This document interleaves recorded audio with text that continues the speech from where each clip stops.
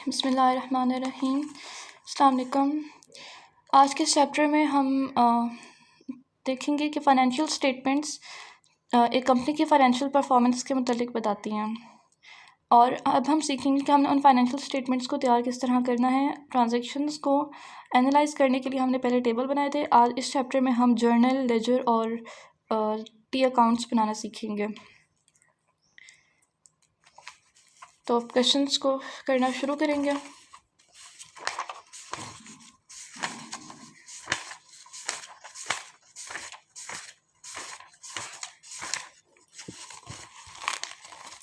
सबसे पहले है एक्सरसाइज 2-1।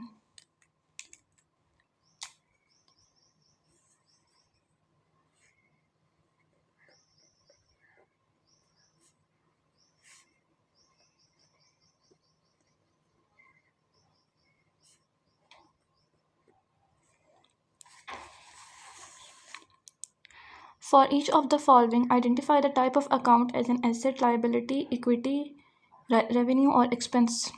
हमने क्या करना है कि हमें ए से लेकर एल तक जो अकाउंट्स थे हमने आइडेंटिफाई करना है कि इनमें से कौन सा अकाउंट एसेट का है, कौन सा लाइबिलिटी का है, कौन सा इक्विटी का है, कौन सा रेवेन्यू का और कौन सा एक्सपेंसेस में आएगा। अब हम इसको देखेंगे। सबसे पहले है अनअर्न्ड रेवेन्यू, वो रेवेन्यू जो अभी हमने अर्न नहीं किया। तो ये किस में आ जाता है? पार्ट एक आंसर आ जाएगा अकाउंट्स पेएबल में आएगा। ये इसका मतलब है कि हमें रेवेन्यू मिल चुका है लेकिन अभी हमने उसको अर्न करना है, अभी हमने सर्विस देनी है, अभी हमने प्रोडक्ट सेल करनी है। कस्टमर ने हमें एडवांस पेमेंट कर दिया है तो उस हमारे ऊपर एक लाइबिलिटी है, तो हम इसको लिख देंगे लाइबिलिटी।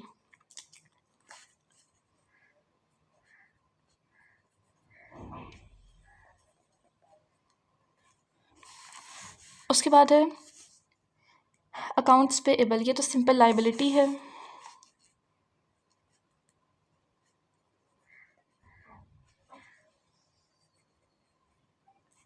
फिर आ जाता है पोस्टेज एक्सपेंस, ये एक्सपेंस है। जिस तरह यूटिलिटी एक्सपेंस है, टेलीफोन एक्सपेंस है, इस तरह पोस्टेज एक्सपेंस भी एक एक्सपेंस होता है।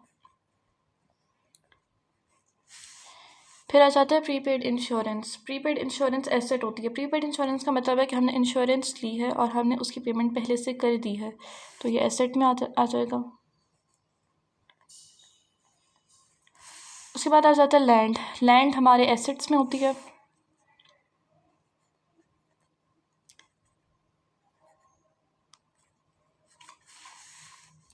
फिर आ जाएगा ओनर कैपिटल, ये सिंपल इक्विटी में आ जाएगा।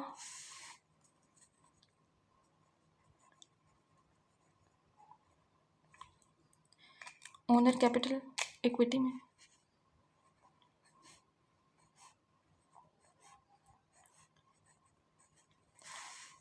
उसके बाद आ जाता है अकाउंट रिसीवेबल, ये एसेट्स में आ जाता है।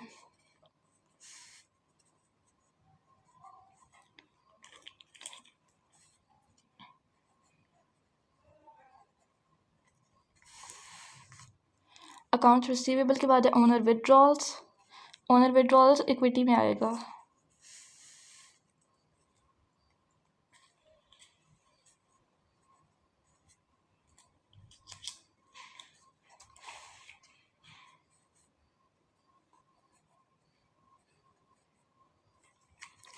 उसके बाद आ जाता है कैश। कैश सिंपल एसेट्स में लिख देंगे।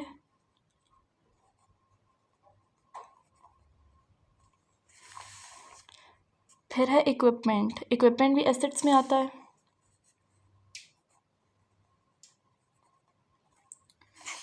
उसके बाद आ जाता है फीस अर्न और वेजेस एक्सपेंस। फीस अर्न आ जाएगा रेवेन्यू में और वेजेस एक्सपेंस एक्सपेंसेस में आ जाएगा।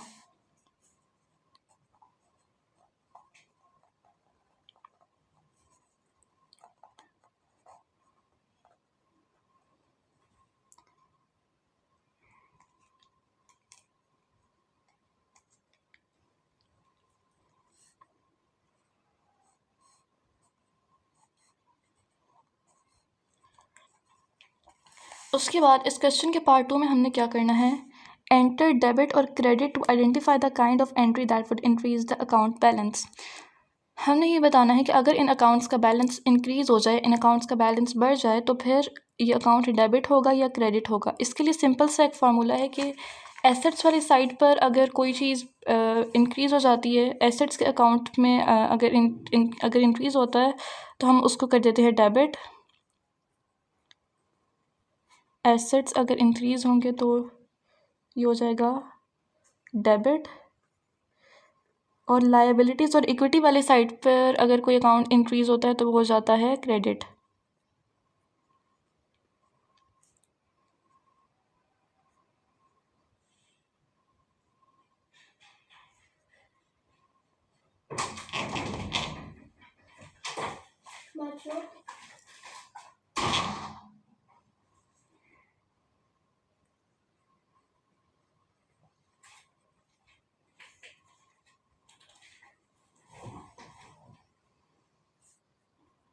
एक्सपेंसेस नहीं, इधर सॉरी हम लिखेंगे इक्विटी।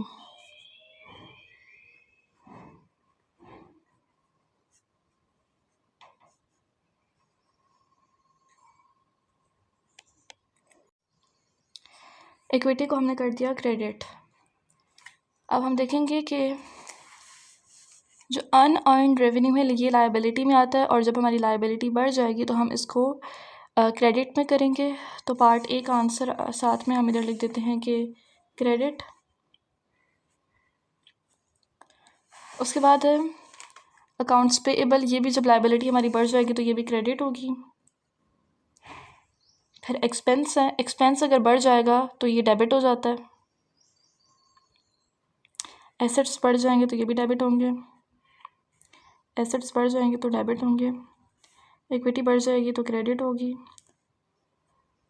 एसेट्स दोबारा बढ़ जाएंगे तो डेबिट हो जाएंगे। इक्विटी बढ़ जाएगी तो क्रेडिट होगी। एसेट्स बढ़ जाएंगे तो डेबिट होंगे। एसेट्स फिर बढ़ जाएंगे तो डेबिट होंगे। और रेवेन्यू बढ़ जाएंगे तो क्रेडिट हो जाएंगे। एक्सपेंसेस बढ़ जाएंगे तो डेबिट होंगे। अब हमने इधर एक्सपेंसेस के साथ एक्सपेंसेस के बढ़ने पे हमने उसको डेबिट अकाउंट में क्यों लिखा है जबकि वो तो इक्विटी में आता है। हमने इसलिए लिखा कि जब हमारा एक्सपेंस बढ़ जाएगा तो हमारा कैश कम हो जाएगा। ये डबल एंट्री सिस्टम होता है कि अगर एक चीज़ बढ़ रही है तो दूसरी चीज़ कम होगी, अगर एक चीज़ बढ़ रही है तो दूसरी चीज़ भी साथ बढ़ जाएगी। जब हमारा एक्सपेंस बढ़ जाएगा तो हमारा कैश अकाउंट कम हो जाएगा, और कैश कम होगा इसका मतलब एसेट्स कम होगा। तो उस वक्त एसेट्स को हम क्रेडिट में कर देंगे क्योंकि एसेट्स कम हो रहा है और एक्सपेंस हमारा बढ़ रहा है, तो इसलिए हम उसको डेबिट में कर देंगे। उसके बाद आ जाता है एक्सरसाइज 2-2। उसमें है टेवोन को recently notified a client that it must pay a 48,000 fee for cash for services provided. जो टेवोन कॉरपोरेशन है उसने अपने एक क्लाइंट को नोटिफिकेशन भेजा है कि आपने हमें 48,000 पे करने हैं उन सर्विसेज के लिए जो हमने आपको प्रोवाइड किए हैं। Tevon agree to accept the following 3 items in full payment. तो जो टेवोन है उसने तीन तरह फॉलोइंग 3 आइटम्स को एक्सेप्ट कर लिया है फुल पेमेंट के बदले में। सबसे पहले है 7,500 कैश। उसके बाद computer equipment worth 75,000। Assume responsibility for 34,500 not payable related to computer equipment. जो क्लाइंट था उसने कहा कि मैं आपको कैश पेमेंट नहीं कर सकता, तो मेरे पास सिर्फ 7,500 कैश है, लेकिन मेरे पास कुछ कंप्यूटर इक्विपमेंट है जो कि है 75,000 का, लेकिन साथ ही लाइबिलिटी भी है जो कि है 34,500। तो आप ऐसा करें, मुझसे कंप्यूटर इक्विपमेंट ले लें, मुझसे कैश ले लें, लेकिन आप फिर मेरी लाइबिलिटी भी पे कर दें। तो जो टेवोन था वो इस चीज़ पर राज़ी हो जाता है। और उसके बाद हमसे क्या पूछा गया, the entry Tevon makes to record these transactions include which one or more of the following. हमने बताना है कि टेवोन ने जो ट्रांजेक्शन्स की हैं उनमें ए से लेकर ई तक उनमें से कौन सी इन्वॉल्व है। सबसे पहले हम देखते हैं 34,500 इंक्रीज इन लाइबिलिटी अकाउंट। तो ये बात सही है कि पार्ट 3 में लिखा हुआ है assume responsibility for 34,500 not payable related to computer equipment.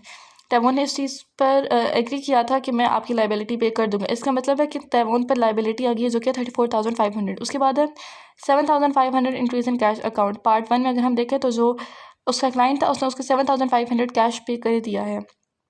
इसका मतलब है कि जो टेवोन है उसके कैश अकाउंट में 7,500 इंक्रीज हो जाएगा।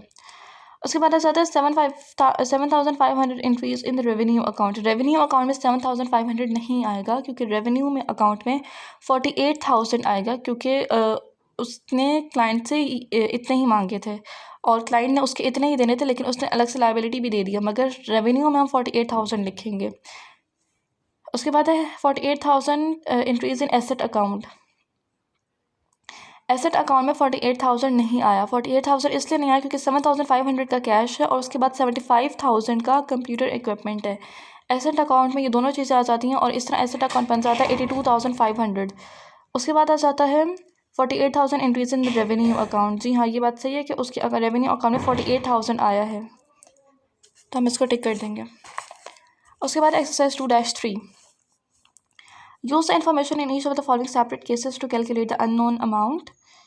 हमने इस 3 केसेस में अननोन अमाउंट की वैल्यू फाइंड करनी है। सबसे पहले है पार्ट ए में during October Shandra company had 97,500 of cash receipts and 1,01,250 of cash disbursements. The October 31 cash balance was 16,800. Determine how much cash the company had at the close of business on September 30. हमने क्या करना है कि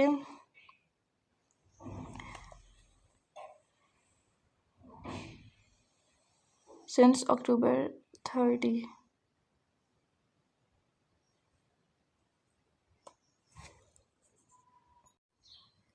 अब हम solve करेंगे exercise 2-4। इसमें हमें क्या दिया हुआ है, prepare general journal entries for the following transactions of a new business called post for pics. हमने क्या करना है, इस क्वेश्चन में हमने जनरल जर्नल बनाना है। पहले हम देखेंगे कि जनरल जर्नल बनता किससे है। एक्सरसाइज 2-4,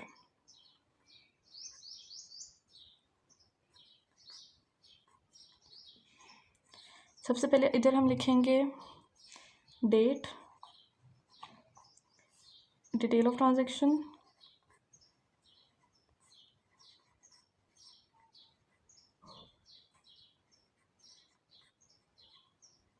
डेबिट,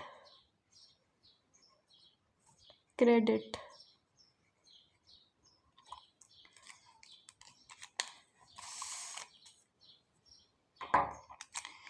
सबसे पहले अगर हम डेट में देखें तो अगस्त 1 को Hashim Paris the owner invested 7,500 cash and 32,500 of photography equipment in the business.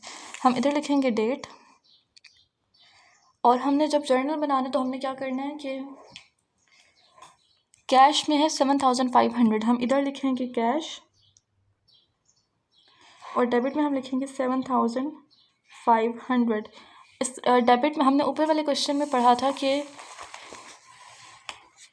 Assets वाली साइड पर अगर कोई चीज़ इंक्रीज़ होगी तो हम उसको डेबिट में लिखेंगे। तो कैश एसेट्स में आता है और कैश बढ़ गया है तो इसीलिए हमने इसको डेबिट में लिखा है। उसके बाद क्या है, एंड फोटोग्राफी इक्विपमेंट ऑफ 32,500, हम इधर लिखेंगे फोटोग्राफी इक्विपमेंट,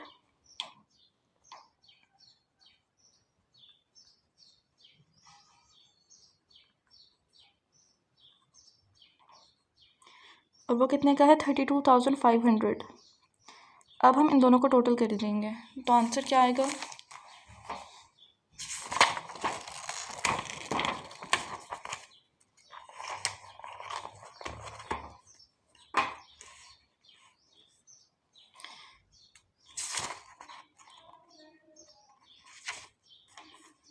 इधर पहले हम लिखेंगे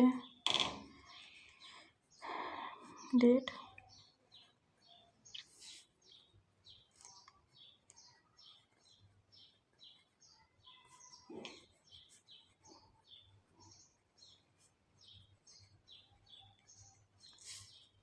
डेबिट,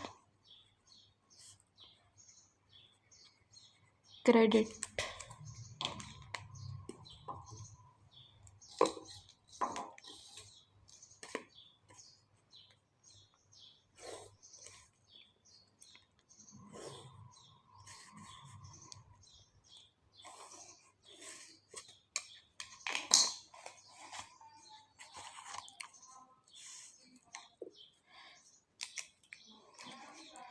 अब अगर ये चीज़ कैश अकाउंट में आई है और फोटोग्राफी अकाउंट में आई है, तीसरी चीज़ कहाँ आएगी, ये आएगी इक्विटी अकाउंट में। तो इक्विटी अकाउंट में हम लिख देंगे ओनर कैपिटल के नाम से Hashim Paris capital, H Paris capital. तो ये कितना बनेगा, 32,000 में 7,000 अगर हम ऐड करेंगे 40,000 बन जाएगा ये। तो ये हम लिखेंगे क्रेडिट में। उसके बाद हम देखेंगे अगस्त 1 को he paid 3,000 cash for an insurance policy covering the next 24 months. हमने इंश्योरेंस पॉलिसी ली है और 3,000 हमने कैश पे किया है। तो कैश अगर हमने पे किया इसका मतलब है हमारा कैश कम हो गया। कैश कम हुआ तो इसका मतलब है एसेट का अकाउंट कम हुआ। तो जब एसेट का अकाउंट कम होगा तो हम उसको क्रेडिट कर देंगे, लेकिन साथ ही हमने कुछ डेबिट करना होगा और वो होगा prepaid insurance. Prepaid insurance assets में आती है।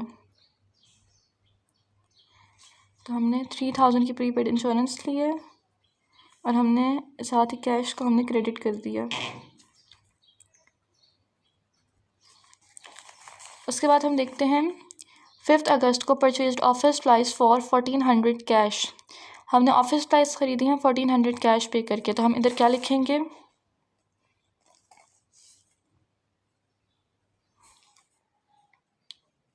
ऑफिस सप्लाइज लिखेंगे।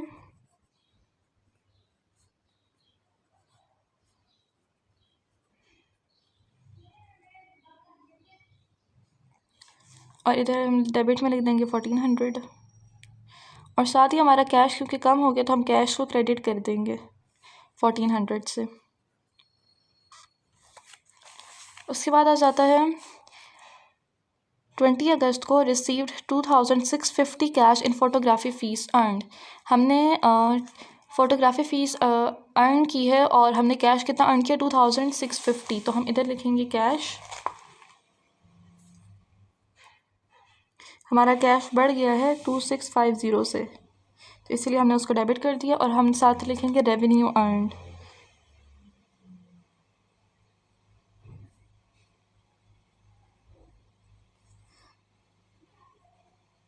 ये 2,650। उसके बाद जो लास्ट है उसमें है 31 अगस्त को paid 875 cash for August utilities. तो हमारा एक्सपेंस है यूटिलिटी एक्सपेंस।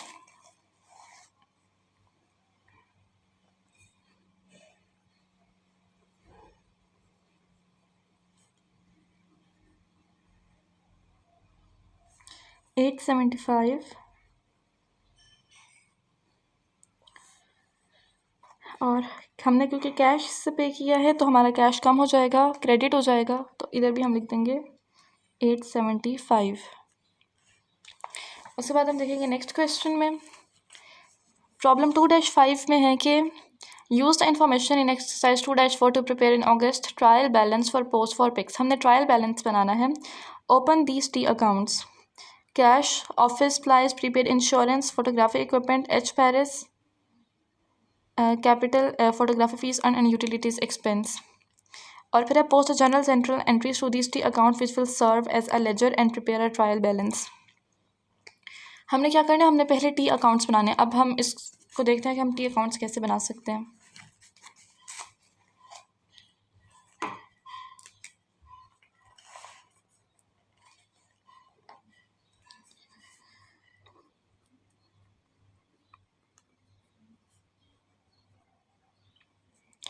एक्सरसाइज 2-5 इसमें आ जाते हैं।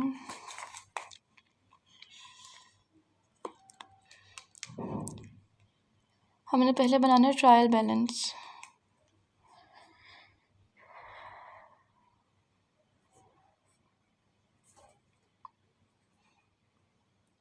सॉरी, पहले टी अकाउंट्स बनेंगे। टी अकाउंट्स में सबसे पहले हमने किसका बनाना है, कैश का टी अकाउंट्स बनाना है। इधर लिखेंगे हम कैश।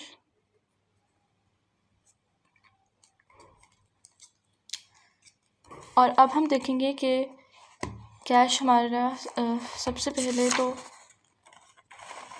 अगर हम पीछे देखें तो सबसे पहले कैश डेबिट हुआ है 7,500 से। तो हम इधर भी इसको डेबिट करेंगे।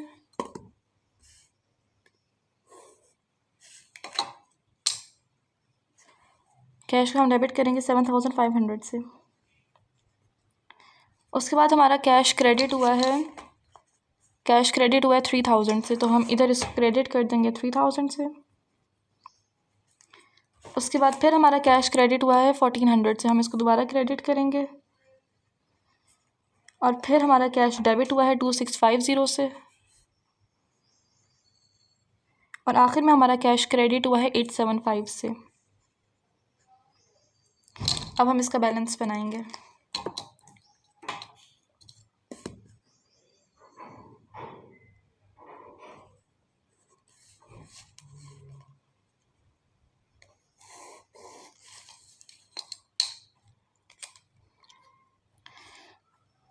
अब हम इसका बैलेंस बनाएंगे। 7500 में से अगर हम 3000 माइनस करें तो क्या आ जाएगा? 4500। और अब हम 4500 में से 1400 माइनस कर दें तो 3100। और 3100 में अगर हम 2650 ऐड करेंगे 5750। 5750 में से अब हमने 875 माइनस करने हैं। 5750 में से 875 अगर हम माइनस कर दें तो 4750 750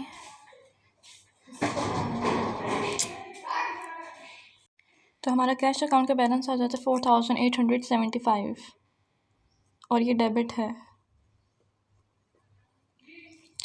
उसके बाद हमने किसका टी अकाउंट बनाना है?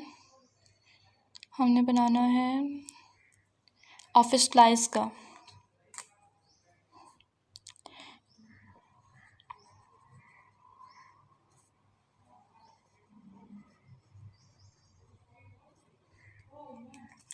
ऑफिस सप्लाइज को हमने सिर्फ एक मरतबा ही मेंशन किए और जो कि डेबिट हुई हैं 1400 से, तो हम इनको लिख देंगे इधर।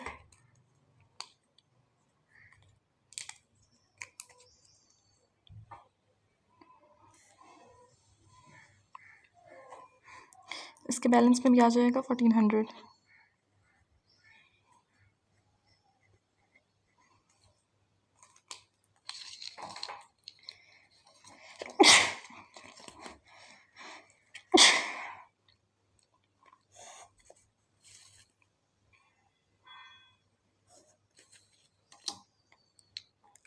उसके बाद आ जाता है ऑफिस सप्लाइज के बाद है प्रीपेड इंश्योरेंस। हम उसका टी अकाउंट बनाएंगे।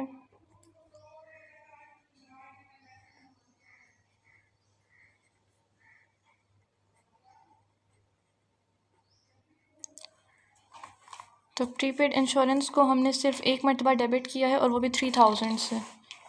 प्रीपेड इंश्योरेंस को हमने डेबिट किया है 3000 से।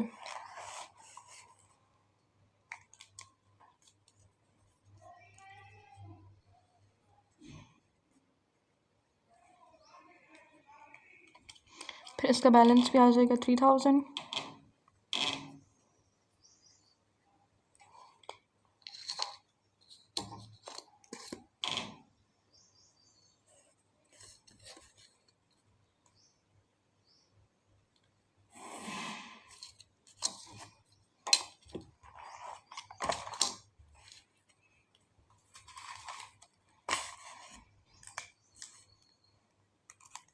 उसके बाद आ जाता है फ़ोटोग्राफी इक्विपमेंट।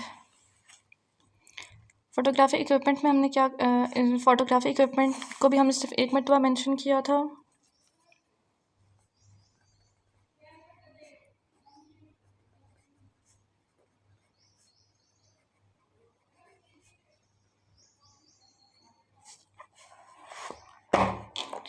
फ़ोटोग्राफी इक्विपमेंट को हमने कहाँ लिखा है? 1 मिनट।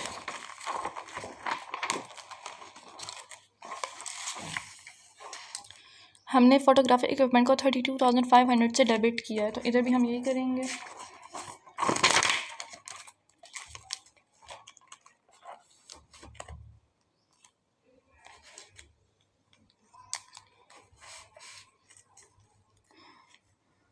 डेबिट कर देंगे 32,500 से, और बैलेंस में भी यही आ जाएगा।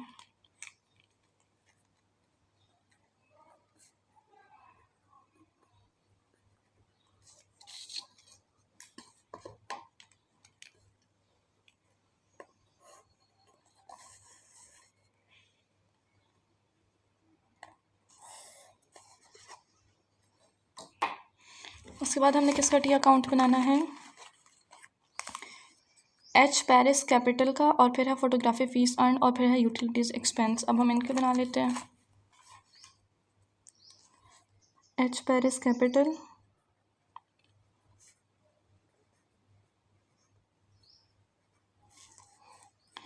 फिर है photography fees earn,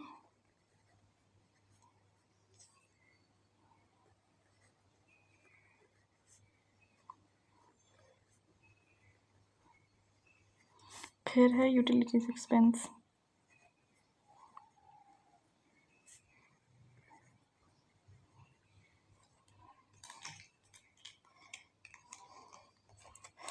H Paris capital में अगर हम देखें तो हमने सिर्फ एक मरतबा कैपिटल को क्रेडिट किया 40,000 से, तो हम इधर यही मेंशन करेंगे।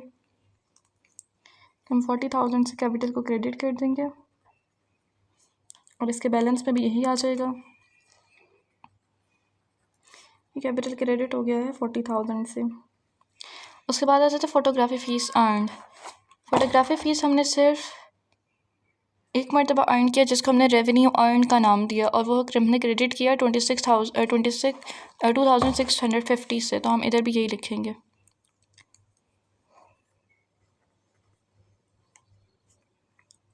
और इसका बैलेंस क्या आएगा?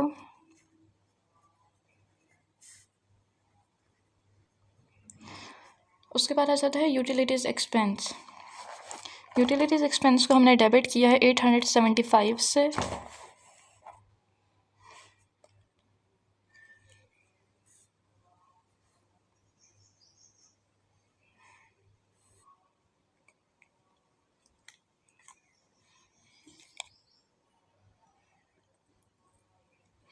साथ ही हम इसको बैलेंस भी कर देंगे 875 से।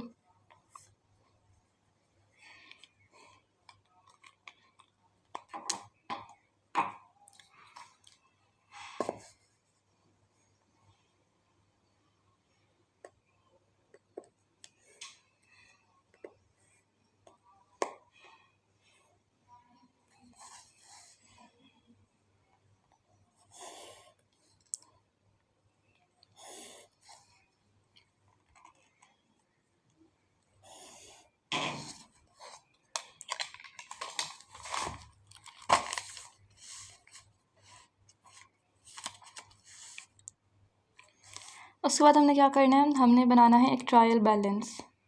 और अब हम देखेंगे कि हम ट्रायल बैलेंस कैसे बनाएंगे। इधर हम लिखेंगे पोज फॉर पिक्स, जो कि है कंपनी का नाम। फिर नीचे आ जाता है ट्रायल बैलेंस। ट्रायल बैलेंस में इस साइड पे आएंगे अकाउंट्स, इस साइड पर आ जाएगा डेबिट, और इस साइड पर आ जाएगा क्रेडिट।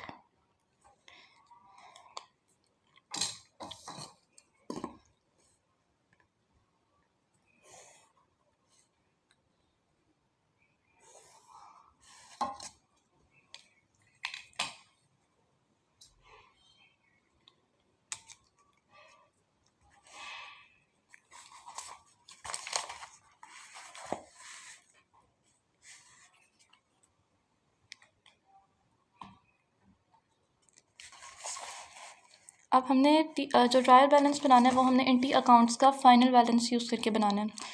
अब हम देखते हैं कि सबसे पहले है हमारे पास कैश अकाउंट, और उसका जो नॉर्मल बैलेंस है, फाइनल बैलेंस है, वो है 4,875। तो हम इधर यही लिखेंगे कैश में, और वो डेबिट हो रहा है तो इधर भी हम डेबिट करेंगे 4,875।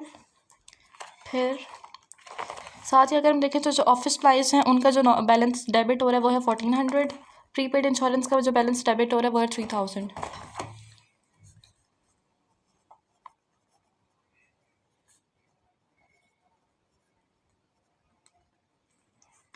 1,400 प्रीपेड इंश्योरेंस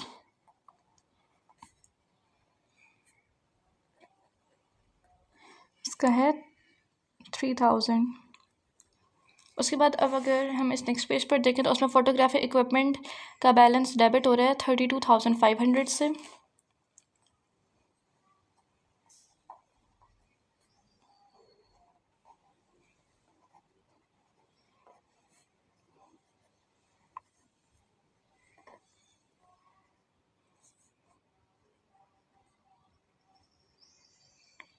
उसके बाद एच पेरिस कैपिटल जो अकाउंट है उसका बैलेंस क्रेडिट हो रहा है 40,000 से, तो इधर हम लिखेंगे एच पेरिस कैपिटल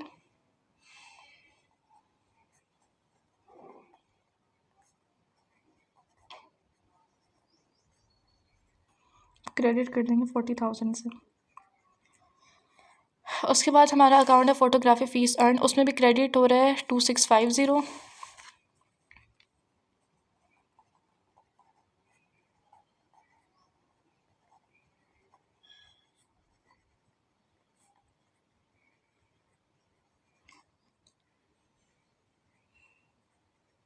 और जो हमारा नेक्स्ट अकाउंट है वो है यूटिलिटीज़ एक्सपेंस, उसमें डेबिट हो रहा है 875।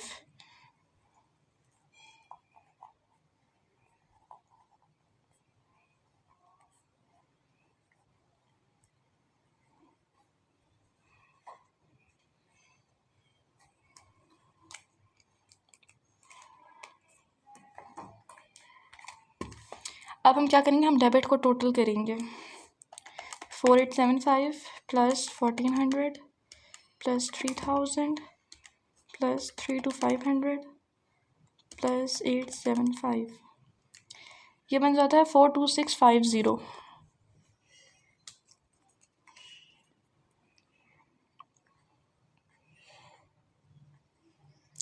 अब हम क्या करेंगे, हम क्रेडिट को टोटल करेंगे 40,000 में अगर हम ऐड करें 2650 तो यह जाता है 42650।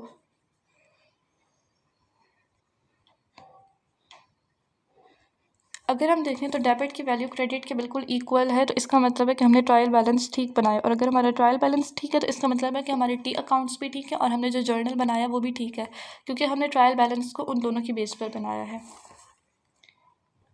तो अब हम नेक्स्ट क्वेश्चन को सॉल्व करेंगे।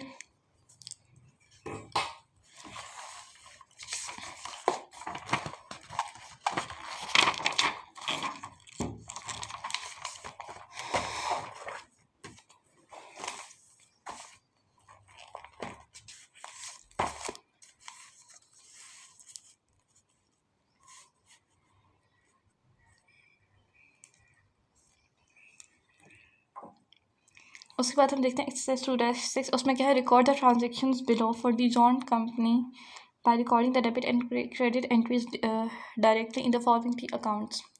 हमने क्या करना है, हमने ट्रांजेक्शन्स रिकॉर्ड करनी है बिल्कुल वैसे ही जैसे हमने पहले जर्नल बनाया, हमने पहले इसमें भी जर्नल बनाना है, और इस क्वेश्चन में हमने टी अकाउंट्स भी बनाने हैं आखिर में। Determine the ending balance of each T account. सबसे पहले हम इसका जर्नल बनाएंगे।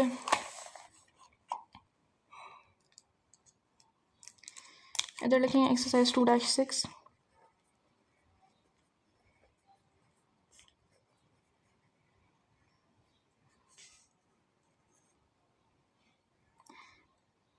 कंपनी का नाम है D Jong company.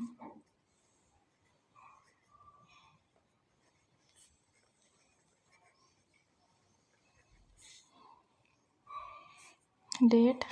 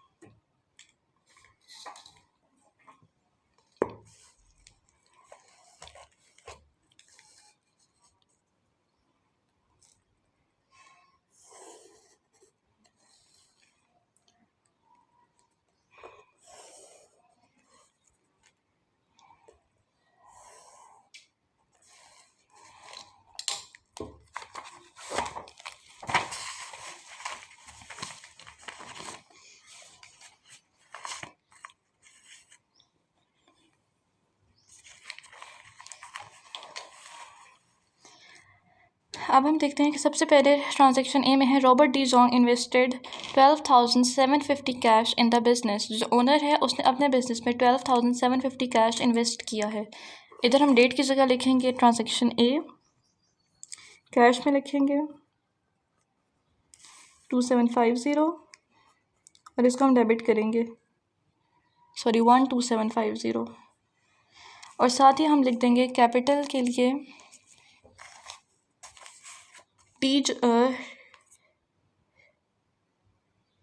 D Jong capital. हमने जब जर्नल बनाना है तो हमने यही वाले अकाउंट टाइटल यूज़ करने जो हमें क्वेश्चन में गिवन है। हमने अपनी तरफ से कोई टाइटल्स नहीं देने। डी जोंग कैपिटल, इसको हम क्रेडिट कर देंगे।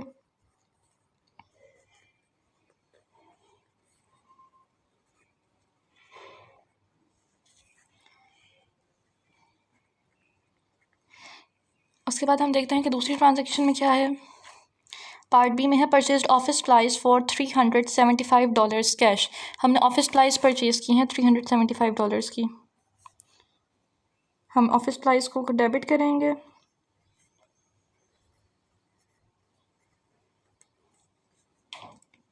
$375 और साथ ही हम कैश को क्रेडिट कर देंगे 375। पार्ट सी में आ जाता है purchase 7500 of office equipment on credit. हमने ऑफिस इक्विपमेंट परचेज किया 7500 का। सबसे पहले हम इसको एंटर करेंगे। ऑफिस इक्विपमेंट है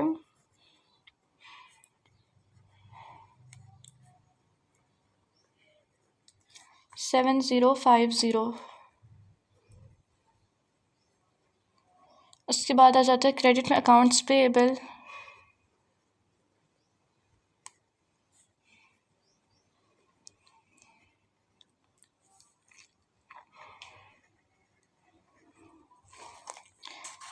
पेएबल लाइबिलिटी थी तो इसीलिए हमने इसको क्रेडिट किया क्योंकि हमारी लाइबिलिटी बढ़ गई है। और लाइबिलिटी वाला अकाउंट जब कोई बढ़ेगा तो हम उसको क्रेडिट कर देंगे। ये चीज़ हम पहले पढ़ चुके हैं। उसके बाद आ जाता है पार्ट डी। उसमें है received 1500 cash as fees for services provided to a customer. हमने कैश अर्न किया है 1500।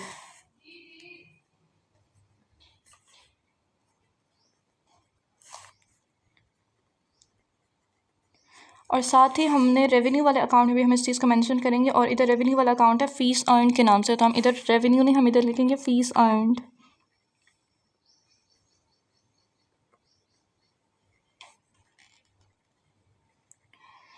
उसके बाद आ जाती है ट्रांजैक्शन ई। उसमें है paid 7050 cash to settle the payable for the office equipment purchase in transaction C. Transaction C में जो हमारी लाइबिलिटी थी हमने उस लाइबिलिटी को ख़त्म कर दिया, हमने कैश पे कर दिया। तो अब हम इधर क्या लिखेंगे, उस वक्त हमारी लाइबिलिटी बढ़ गई थी तो हमने उसको क्रेडिट किया था। अब हमारी लाइबिलिटी कम हो रही है तो अब हम उसका इन्वर्स कर देंगे।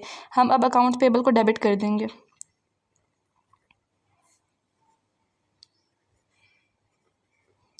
अकाउंट्स पेएबल को जब हमने डेबिट किया तो वो आ जाता है 7050। और साथ ही हमारा कैश अब क्रेडिट हो जाएगा क्योंकि हमने कैश पे कर दिया, हमारा कैश कम हो गया। उसके बाद है ट्रांजैक्शन एफ। उसमें क्या है billed a customer 2700 as fees for services provided. हमने कस्टमर को बिल भेजा है 2700 का, तो हम इसको लिख देंगे अकाउंट रिसीवेबल में कि हमने अभी ये रिसीव करने हैं। और कैश की अकाउंट्स रिसीवेबल कैश की जगह होता है।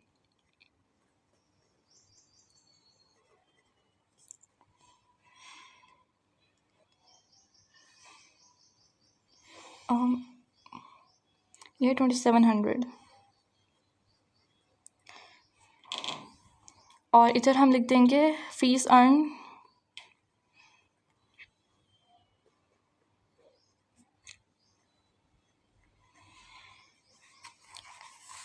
उसके बाद हमारी नेक्स्ट ट्रांजैक्शन है, उसमें है paid the monthly rent with $525 cash. हमने रेंट पे किया है $525 से। हम इधर लिखेंगे रेंट एक्सपेंस।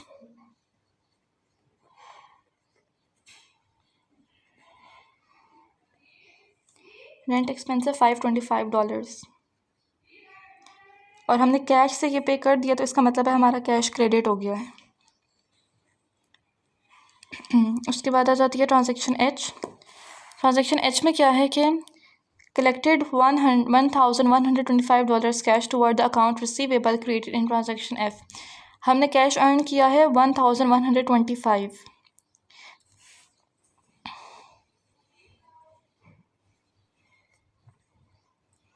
और ये कैश हमने किस तरह अर्न किया कि हमारे जो अकाउंट रिसीवेबल वाला अकाउंट था उसकी पेमेंट हमें मिल चुकी है, लेकिन अभी सारी नहीं मिली, अभी सिर्फ 1125 मिली है। तो हम अकाउंट रिसीवेबल को डेबिट कर देंगे क्योंकि उसमें से 1125 कम हो गया।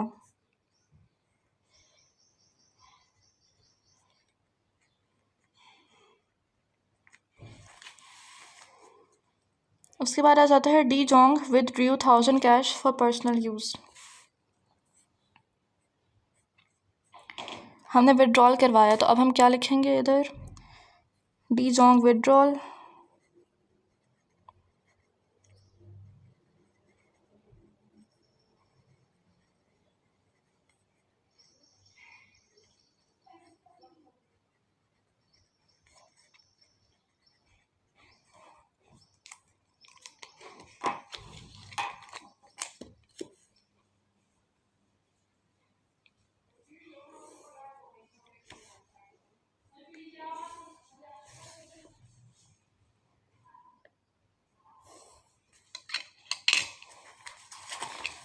अब अगर हम इस क्वेश्चन में देखें तो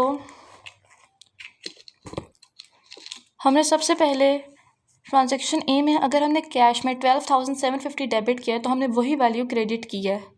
इसी तरह अगर हम ट्रांजैक्शन बी में देखें तो हमने $375 अगर हमने डेबिट किए हैं तो हमने क्रेडिट भी $375 ही किए हैं।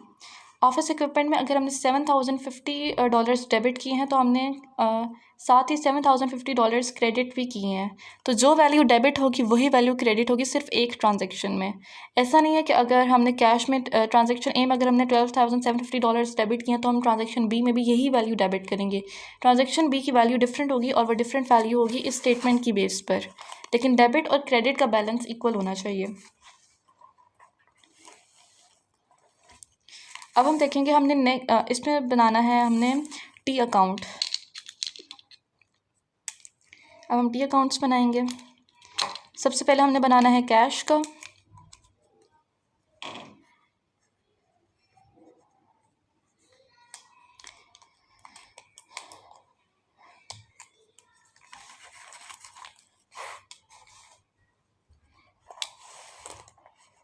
कैश में है अगर इधर 12,750, फिर है कैश में 375 क्रेडिट हो रहा है। पहले हम कैश में डेबिट करेंगे 12,750।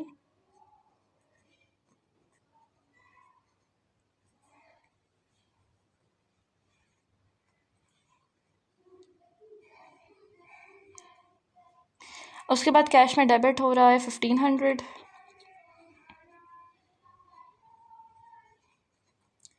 फिर कैश में क्रेडिट हो रहा है 7,050, फिर 525।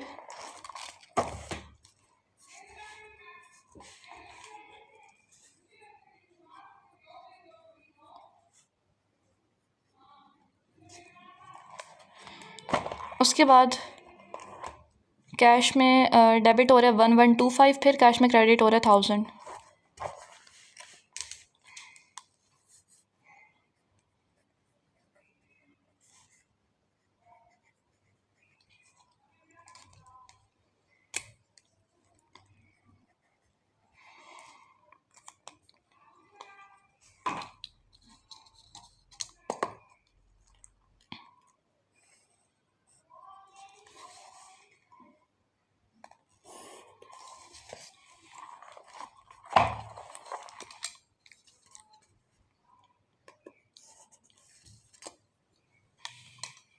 अब हम इसको कैलकुलेट करते हैं।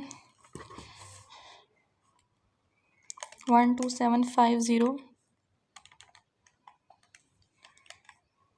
माइनस 375 प्लस 1,500, साथ ही हमने इसमें से माइनस कर देना 7,050।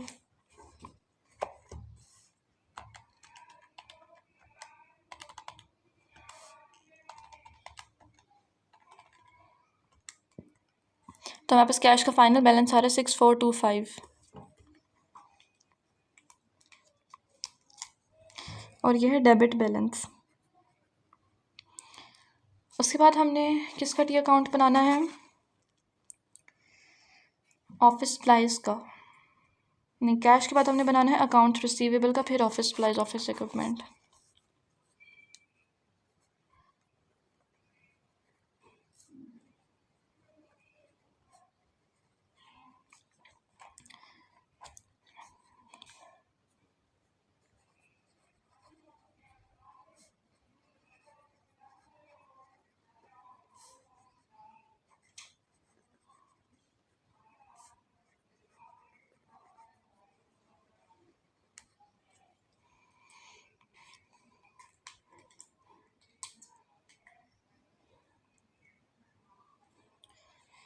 अकाउंट्स रिसीवेबल में जो हमारा बैलेंस डेबिट हो रहा है वो है 2700, तो हम इधर लिख देंगे सिंपल 2700। इसी तरह ऑफिस सप्लाइज में हमारा जो बैलेंस डेबिट हो रहा है वो है 375, तो हम इधर सिंपल लिख देंगे 375। और ऑफिस इक्विपमेंट में अगर हम देखें तो हमारा जो बैलेंस डेबिट हो रहा है वो है 7050। ये तीनों titles office supplies, office equipment और अकाउंट्स रिसीवेबल, ये सिर्फ एक मरतबा, सॉरी अकाउंट्स रिसीवेबल 2 मरतबा इस्तेमाल हुआ है। 1125 भी आएगा इसमें, 1125 से अकाउंट्स रिसीवेबल क्रेडिट भी हो रहा है, तो हम इसको भी मेंशन करेंगे।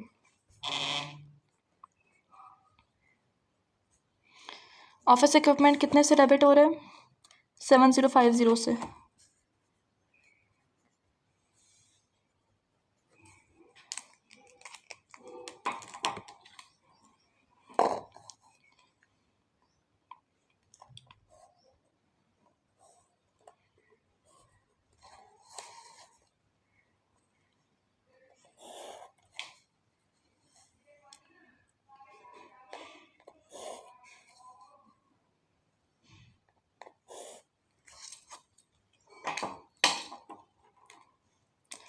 अब हम इसका बैलेंस बनाएंगे 2700 में से अगर हम 1125 माइनस करें तो क्या आएगा?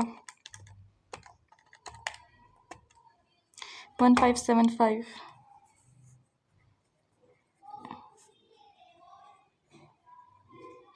इसको इसके नीचे लिखना था मगर मेरे पास लाइन नहीं थी। फिर बैलेंस में इसका आ जाता है 375 और इसके बैलेंस में आ जाएगा 7050। उसके बाद हमने किसका टी अकाउंट बनाना है ये हम यहाँ से देखेंगे। ऑफिस इक्विपमेंट तक का पक्का बन चुका है। उसके बाद हमने अकाउंट्स पेबल और डी जोंक कैपिटल, डी जोंक विड्रॉल्स का बनाना है। अकाउंट्स पेबल, अकाउंट्स पेएबल,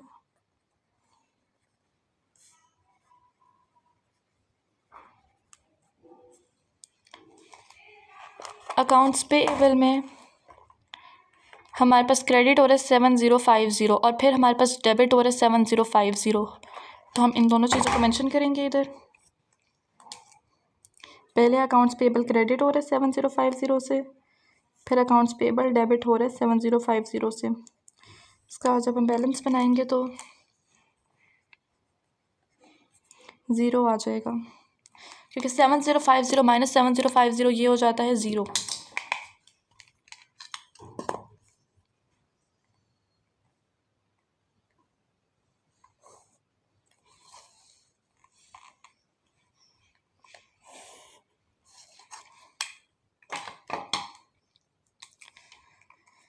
उसके बाद हमने बनाना है डी जोंक capital.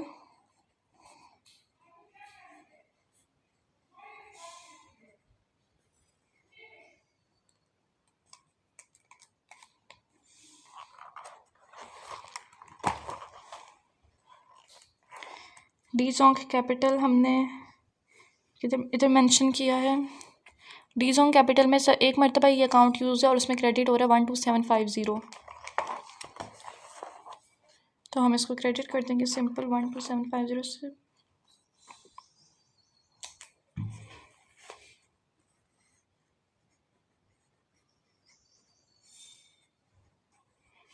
One two seven five zero. और जब हम इसका बैलेंस बनाएंगे तो इसमें हम क्रेडिट में लिखेंगे 12750।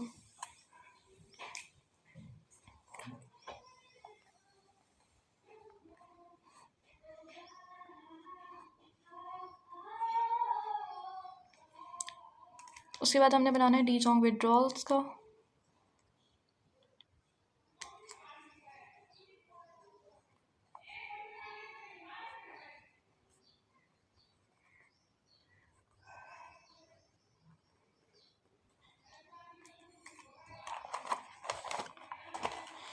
जो हमारा अकाउंट है डी जोंक विदड्रॉल, ये एक मरतबा यूज़ है और ये डेबिट हो रहा है 1000 से।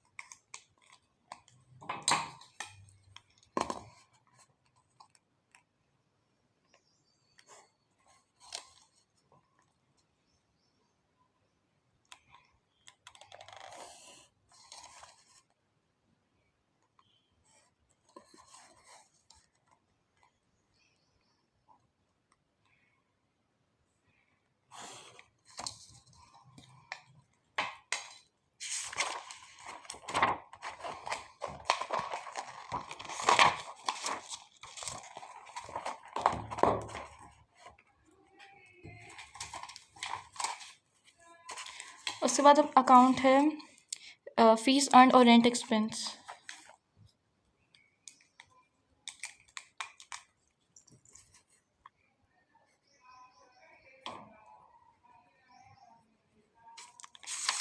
फीस अर्न वाला हमारा अकाउंट कितनी मरतबा यूज़ हुआ है? सिर्फ एक मरतबा यूज़ हुआ और उसमें 2700 डेबिट हो रहा है।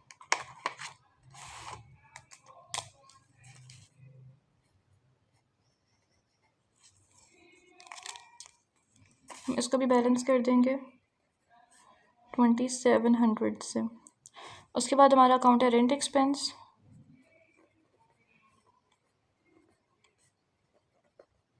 वो भी सिर्फ एक मरतबा यूज़ हुआ है और उसमें डेबिट हो रहा है 525। रेंट एक्सपेंस में डेबिट हो रहा है 525।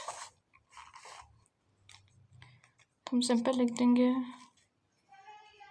525 और ये आ जाएगा इसके बैलेंस में 525।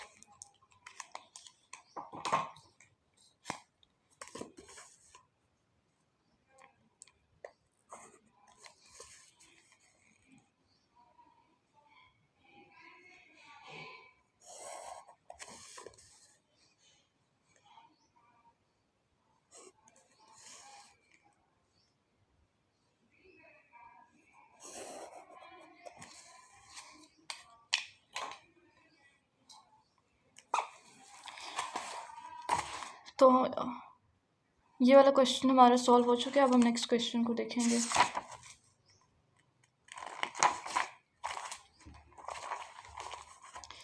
जो नेक्स्ट क्वेश्चन है उसमें है एक्सरसाइज 2-7 में after recording the transactions of exercise 2-6 in T accounts and calculating the balance of each account prepare a trial balance. हमने क्या करना है कि जब हमने टी अकाउंट बना लिया है तो हमने उसका ट्रायल बैलेंस बनाना है, मतलब इसी क्वेश्चन को फर्दर इसमें सॉल्व करना है एक्सरसाइज 2-7 में।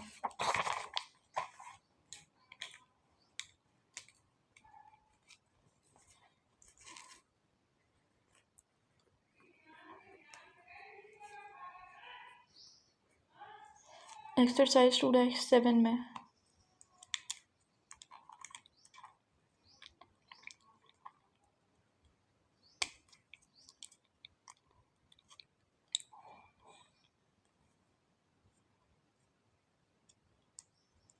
हम इसका टी अकाउंट ट्रायल बैलेंस बनाएंगे और उसमें सबसे पहले हम मेंशन करेंगे कंपनी का नाम है डी जोंग कंपनी।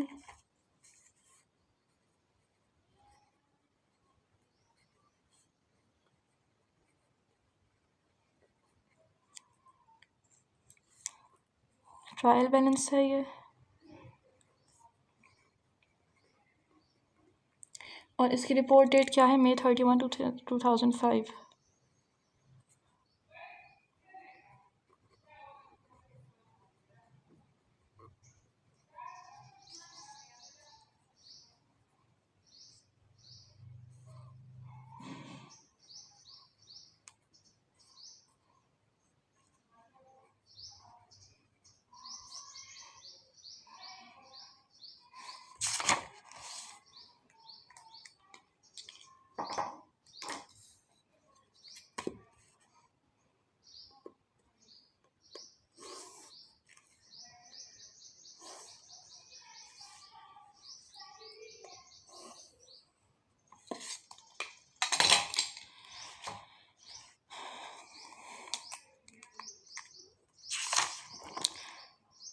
अब हमने टी अकाउंट्स को यूज़ करते हुए हमने ट्रायल बैलेंस बनाना है। तो सबसे पहले अगर हम देखें तो कैश का हमारे पास फाइनल बैलेंस है 6425 जो कि है डेबिट।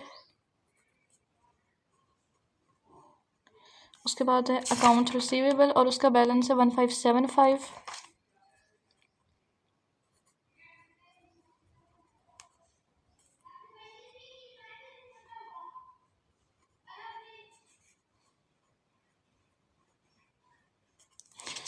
उसके बाद है ऑफिस सप्लाइज 375, ऑफिस इक्विपमेंट 7050।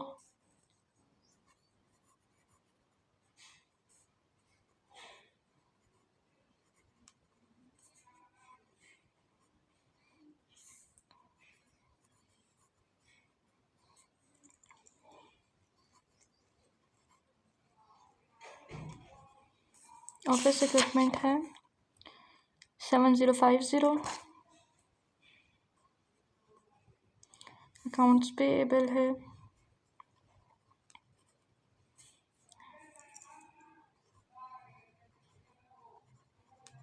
0। फिर डी जोंग कैपिटल है 12750।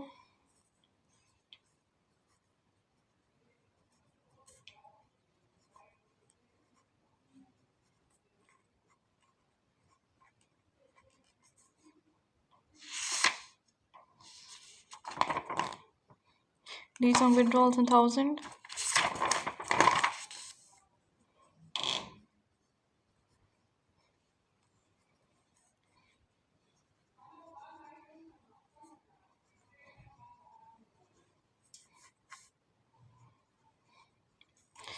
उसके बाद है फीस अर्न। फीस अर्न को हमने क्रेडिट में लिखना था लेकिन इसको गलती से डेबिट में मेंशन कर दिया, तो इसको हम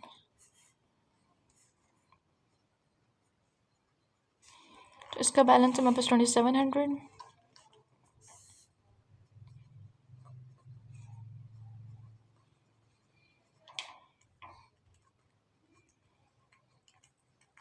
और फिर हमारे पास जो रेंट एक्सपेंस है वो है 525।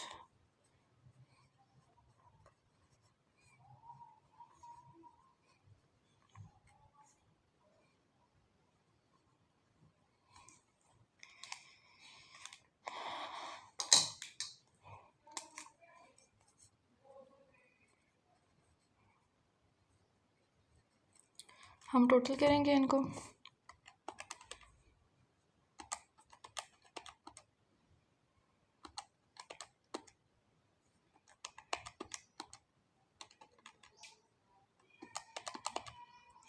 हमारे पास आता था 16950।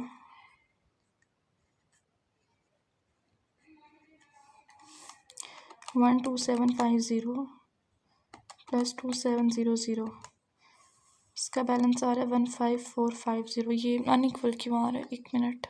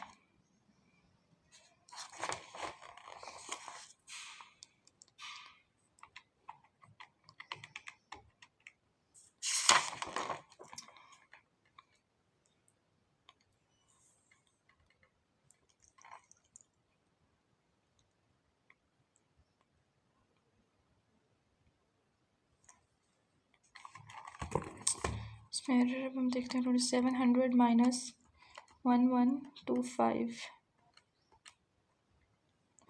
ऑफिस प्राइस में क्या है? 375, वो भी सही है। ऑफिस इक्विपमेंट है 7050, वो भी सही है। अकाउंट्स पेएबल है 7050, वो भी सही है। D Jong capital 12750। D Jong withdrawals 1000। Fees earn 2700।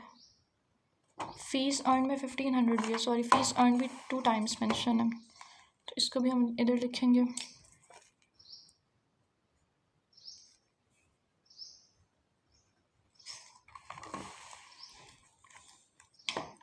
$2700 plus 1500 जब हम करेंगे तो आ जाता है 2700 प्लस 1500 4200।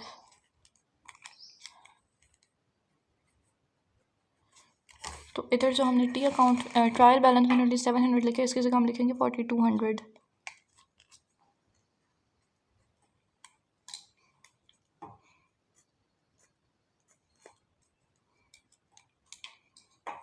तो 12750 plus 4200 is equal 16950।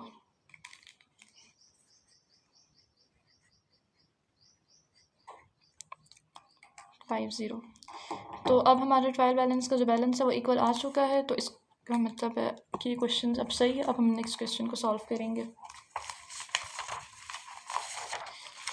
Next question है एक्सरसाइज 2-8। उसमें हमें पास क्या गिवन है, examine the following transactions and identify those that create revenues for Jade Service, a company owned by Mia Jade. Prepare general journal entries to record these transactions and explain why other transactions did not create revenues.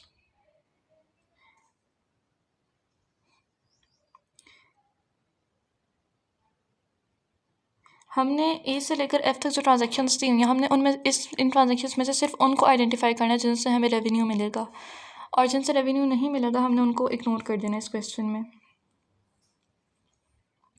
तो पहली transaction है Mia Z invest 38,250 cash in the business.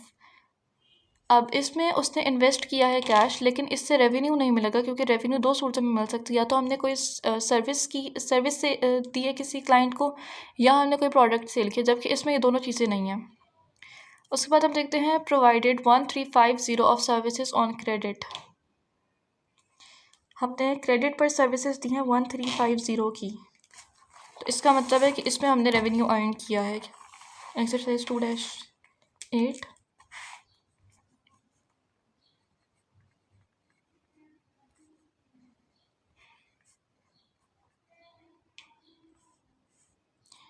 तो इधर हम लिखेंगे date,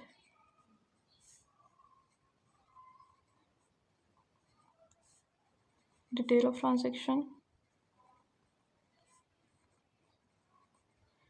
debit, credit.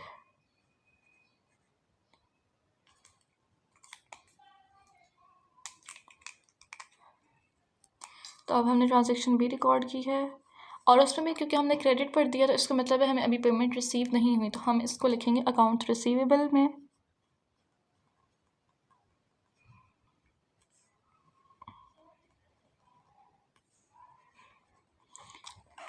कितना हमने receive करना है, 1350।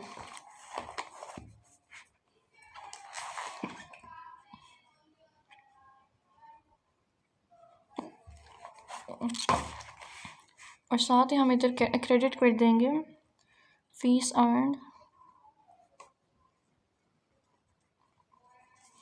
1350। उसके बाद जो हमारी नेक्स्ट ट्रांजेक्शन है उसमें क्या गिवन है, provided services to a client and received 1575 cash. हमने एक और क्लाइंट को सर्विस दी है और हमने कैश कलेक्ट किया है 1575। हम इसको डेबिट कर देंगे और फीस अर्न को हम फिर से क्रेडिट कर देंगे।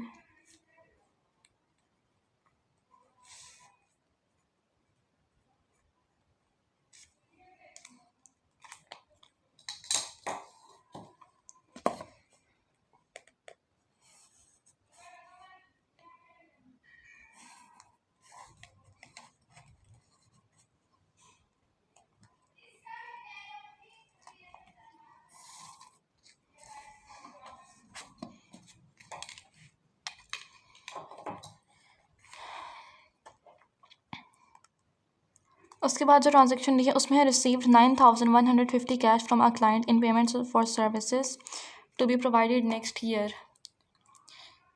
हमने रेवेन्यू अर्न किया है 9150 का, लेकिन हमने सर्विसेज क्लाइंट को नेक्स्ट ईयर देनी है, तो हमारे पास कैश नहीं आया, लेकिन ये हमारी लायबिलिटी है। उसके बाद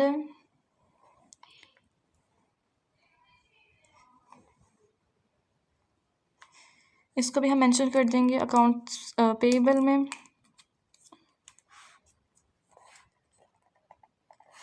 इधर हम लिखेंगे, सॉरी ये ट्रांजेक्शन सी है, ट्रांजेक्शन डी में हमने क्या किया है, कैश है 9150,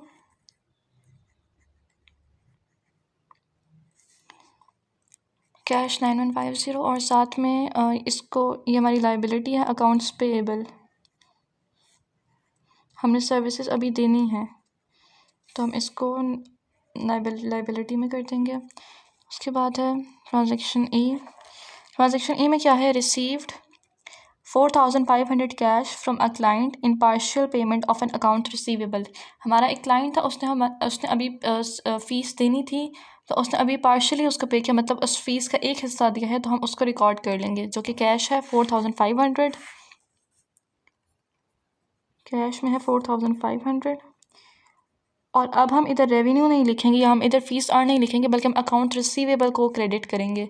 अकाउंट रिसीवेबल एसेट अकाउंट, और एसेट अकाउंट को क्रेडिट करने का मतलब है कि वो अकाउंट कम हो रहा है।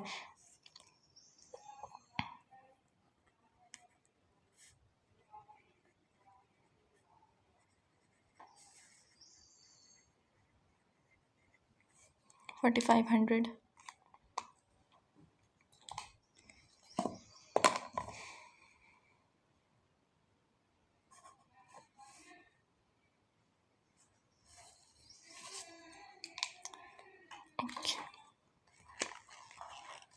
उसके बाद हम देखते हैं नेक्स्ट क्वेश्चन में क्या है।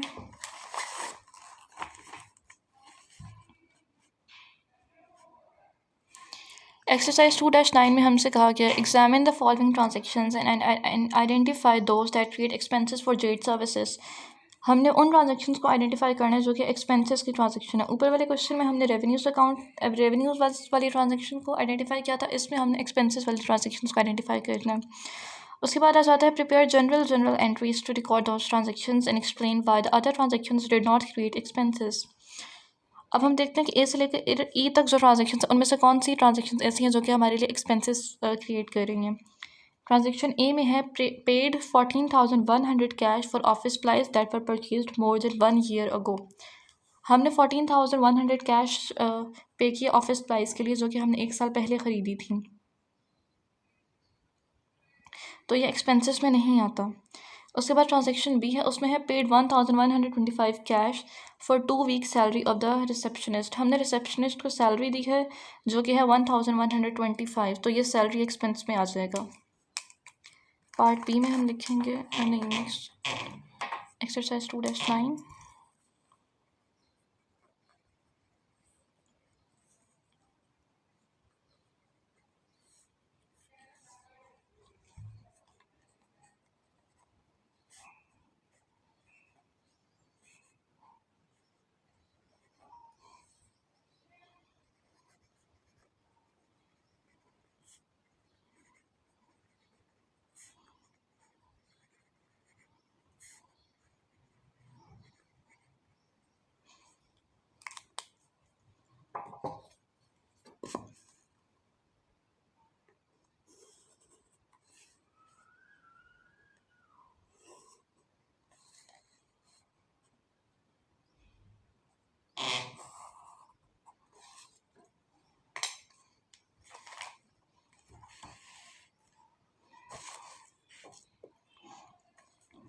हमने क्या करना है, सैलरी एक्सपेंस लिखेंगे 1,125।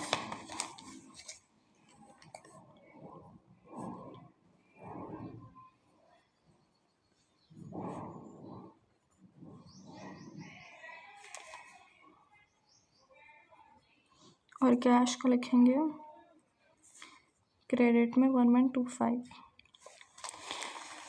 उसके बाद जो थर्ड ट्रांजेक्शन है उसमें है पेड 45,000 कैश फॉर इक्विपमेंट। हमने इक्विपमेंट के लिए 45,000 कैश पे किया, लेकिन ये भी एक्सपेंस नहीं है। उसके बाद आ जाता है paid 930 cash for monthly utilities. ये है यूटिलिटीज़ एक्सपेंस, जो कि है 930 यूटिलिटीज़ एक्सपेंस। यूटिलिटीज़ एक्सपेंस 930, तो हम कैश को क्रेडिट कर देंगे 930 से। That's it. उसके बाद है owner withdrew 5,000 cash for personal use. ये भी एक्सपेंस नहीं है, तो इस क्वेश्चन में हमने बस यही करना था। अब हम नेक्स्ट क्वेश्चन देखेंगे।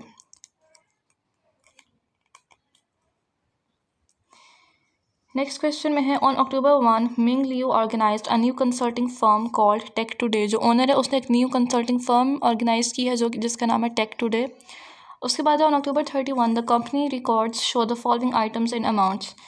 October 31 को, एक महीने बाद जब हमने अकाउंट्स देखे, तो उसमें ये सारी वैल्यूज़ थी।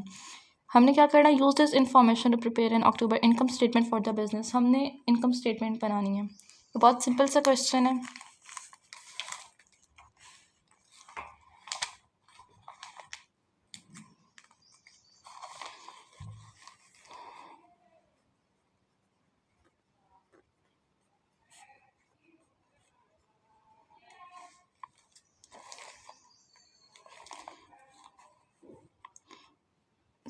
कंपनी का नाम है टेक टुडे,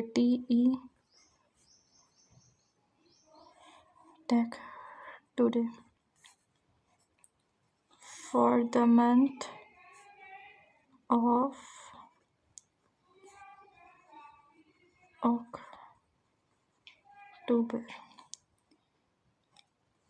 सेंटर में इनकम स्टेटमेंट लिखना तो कोई बात नहीं, हम उसके नीचे लिख देते हैं।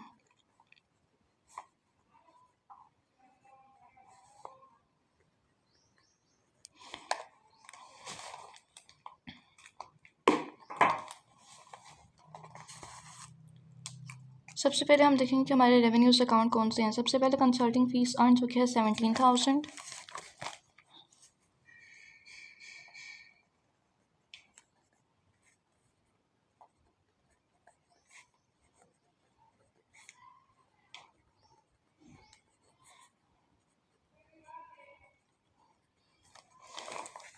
उसके बाद है रेंट एक्सपेंस जो कि है 44,550। फिर सैलरीज एक्सपेंस है 8,000। पहले हमने रेवेन्यू लिखा, अब हम एक्सपेंसेस लिखेंगे।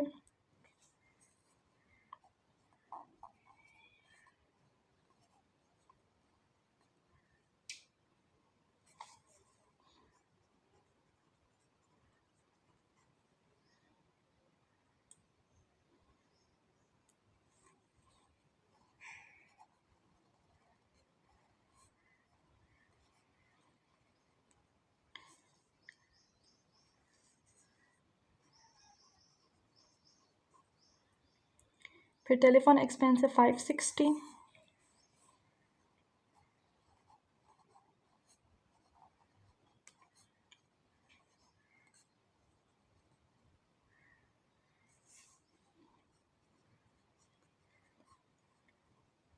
फिर मिसलेनियस एक्सपेंसेस हैं 280।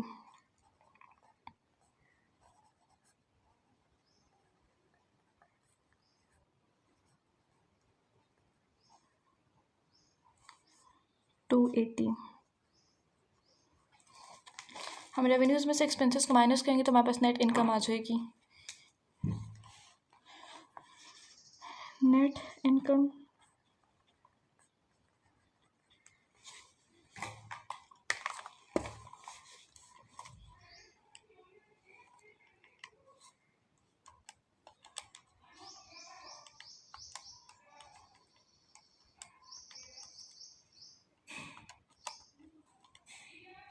तो हमारे पास आ जाता है 3610।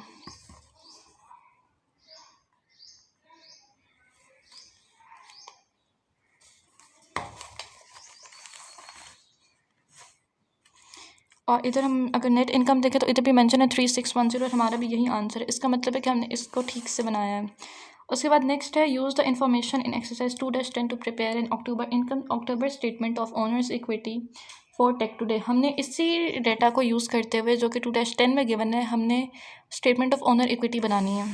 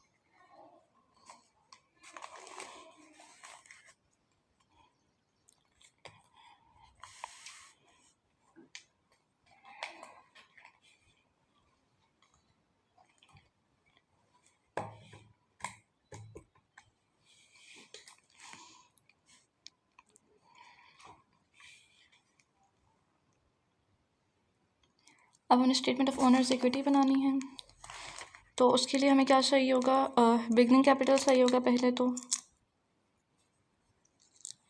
MLUE कैपिटल है 84,000।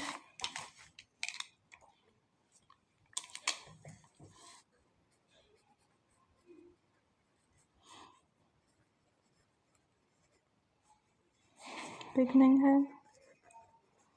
84,000। फिर इसमें हम नेट इनकम ऐड करेंगे। नेट इनकम अभी हमने फाइंड किया है कि इनकम स्टेटमेंट वाले क्वेश्चन में, और वो है 3610।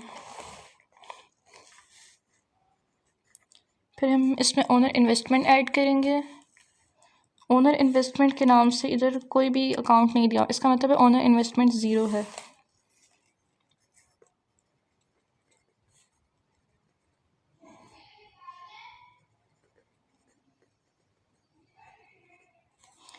हम इन सबको टोटल कर लेंगे।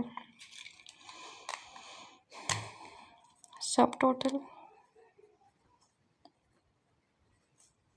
जब हम इनको टोटल करेंगे तो आ जाता है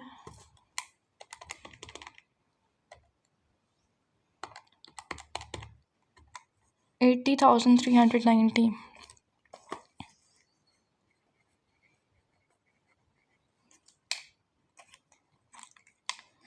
फिर हम इसमें से विड्रॉल्स को माइनस करेंगे।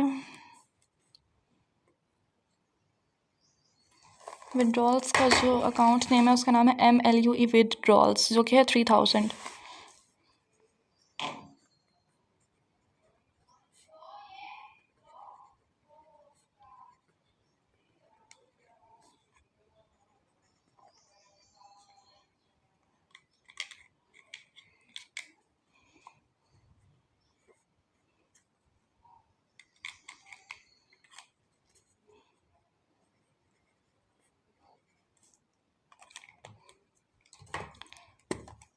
-3,000, हमारे पास आता था 77,390।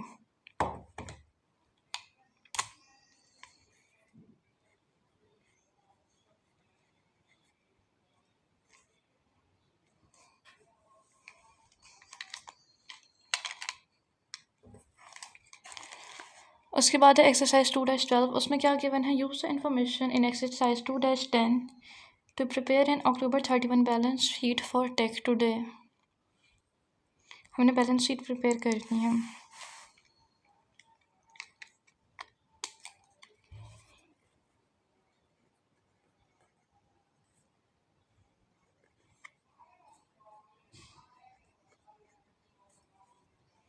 -12 और बैलेंस शीट में हम सबसे पहले इधर सबसे पहले हम लिखेंगे टेक टुडे।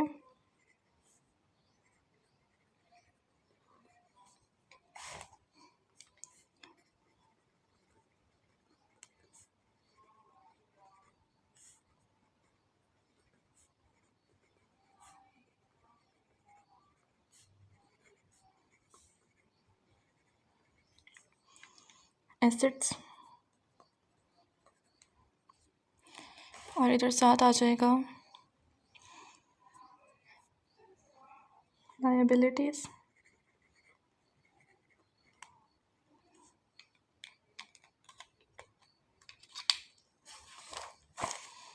एसेट्स में कैश है 8360।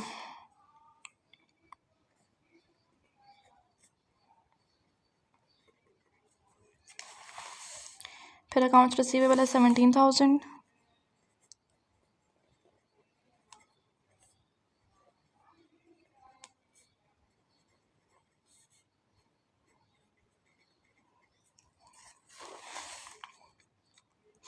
ऑफिस सप्लाइज इन 3250।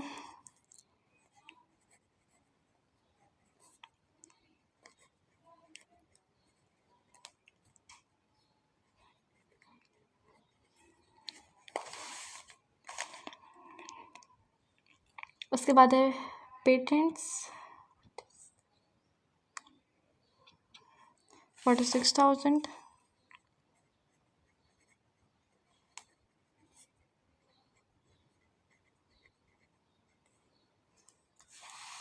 Office equipment 18,000।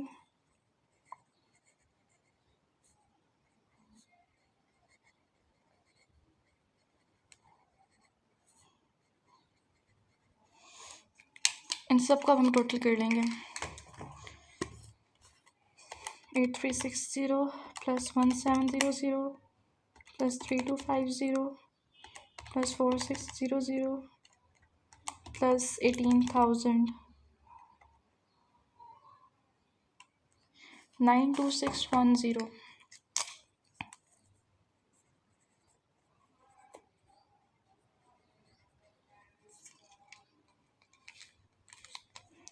लाइबिलिटीज़ में हमें गिवन है अकाउंट्स पेएबल जो कि है 8,000।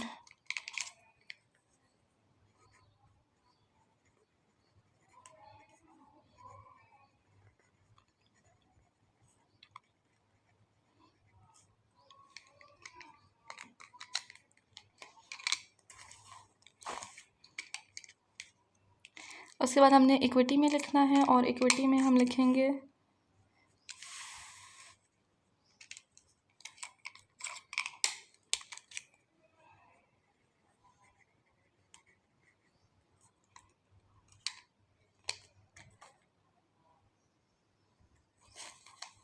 $84,000।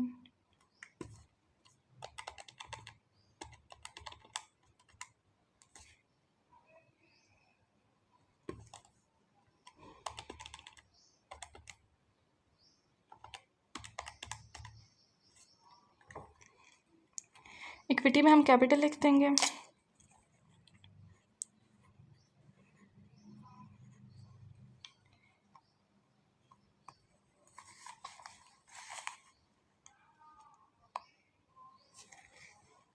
$84,000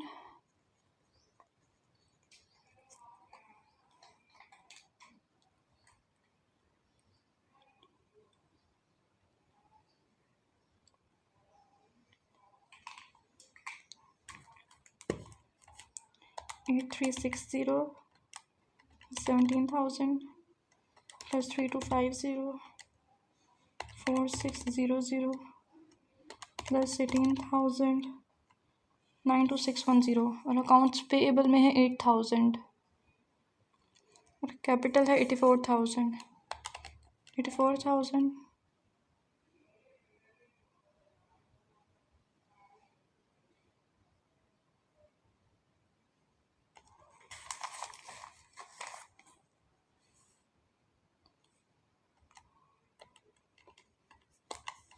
यार 92,000 610 का डिफरेंस क्यों है?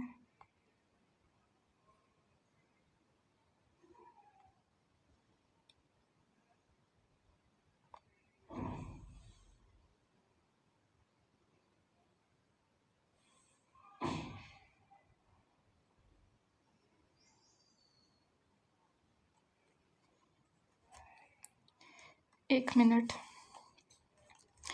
स्टेटमेंट ऑफ ऑनर इक्विटी में हमने एक मिस्टेक की है कि हमने 84,000 में 3610 ऐड करना है। 84,000 प्लस 3610 बनता है 87,610। 87,610 उसमें से जब हम 3,000 माइनस करेंगे तो आंसर आ जाता है 84,610। 84,610। तो हम इधर जो हमने कैपिटल एज यूज़ करना है वो यही एंडिंग कैपिटल होगा जो कि है 84,610 प्लस 8,000 तो क्या जाता है 92610। तो हमारा जो टोटल है वो आ जाएगा 92610। इसका मतलब है कि हमारी बैलेंस शीट ठीक बन चुकी है। Sorry for that mistake. In questions को एक मरतबा सॉल्व करने के बाद पीछे से चेक ज़रूर करना होता है कि आंसर ठीक आ रहा है या नहीं, क्योंकि अक्सर मिस्टेक्स हो जाती हैं। आज की इस वीडियो में हम यहीं तक करेंगे और इससे जो आगे के क्वेश्चन है वो हम नेक्स्ट वीडियो में देखेंगे। और अगर आपको कोई चीज़ समझ नहीं आई तो फिर आप कमेंट्स में क्वेश्चन करके पूछ सकते हैं। I will try my best to answer you. Thank you so much.